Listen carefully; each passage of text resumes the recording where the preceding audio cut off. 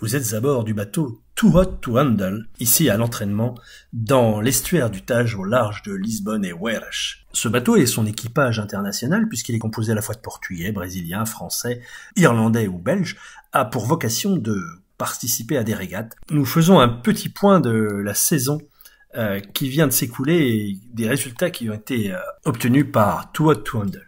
Nos amis sont allés se frotter au gratin de la voile européenne en allant participer à la Copa del Rey, une des plus grandes compétitions de voile au monde qui se tient tous les ans aux Baléares à Palma de Majorque en présence du roi d'Espagne. C'est après 10 jours de navigation depuis l'estuaire du Tage que l'équipage est arrivé à pied d'œuvre. Cette compétition réunit les meilleurs compétiteurs de l'Europe entière et ainsi des équipages disposant de budgets importants, voire très importants. Une sorte de Champions League de la voile, si l'on peut dire. Et là, nos amis ont pu mesurer à quel point l'argent, s'il ne fait pas le bonheur bien entendu, fait la performance dans un sport aussi mécanique que la voile. Ils ont terminé la semaine de régate à une douloureuse 14e place, sans pouvoir à aucun moment rivaliser avec des bateaux surpréparés. Après ce début de mois d'août décevant aux Baléares, ils se sont dirigés vers la baie de Cadix pour participer, donc toujours en Espagne, à la semaine nautique del Puerto de Santa Maria qui fêtait son 50e anniversaire. Et là, le bateau et l'équipage un peu vexés ont plus que réagi en finissant la semaine de régate à la 3e place. Bravo pour ce beau résultat arraché en terre espagnole. Puis après un périple marin de Cadix à Cascais, nos marins se sont attaqués à Cascais-Velha.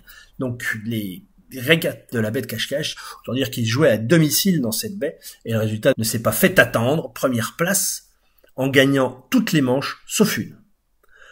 Regonflé à bloc, c'est le moins qu'on puisse dire, l'équipage de Too Hot to Handle a décidé de son programme pour l'année à venir. Objectif prioritaire, la victoire au championnat national ORC.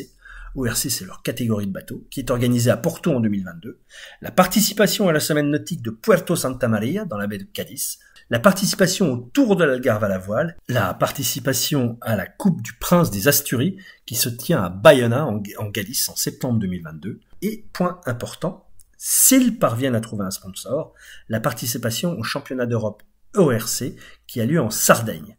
Messieurs les sponsors, n'hésitez pas à nous contacter si l'aventure vous tente. Nous vous mettrons en relation. Bon vent à tous. La French Radio. Portugal.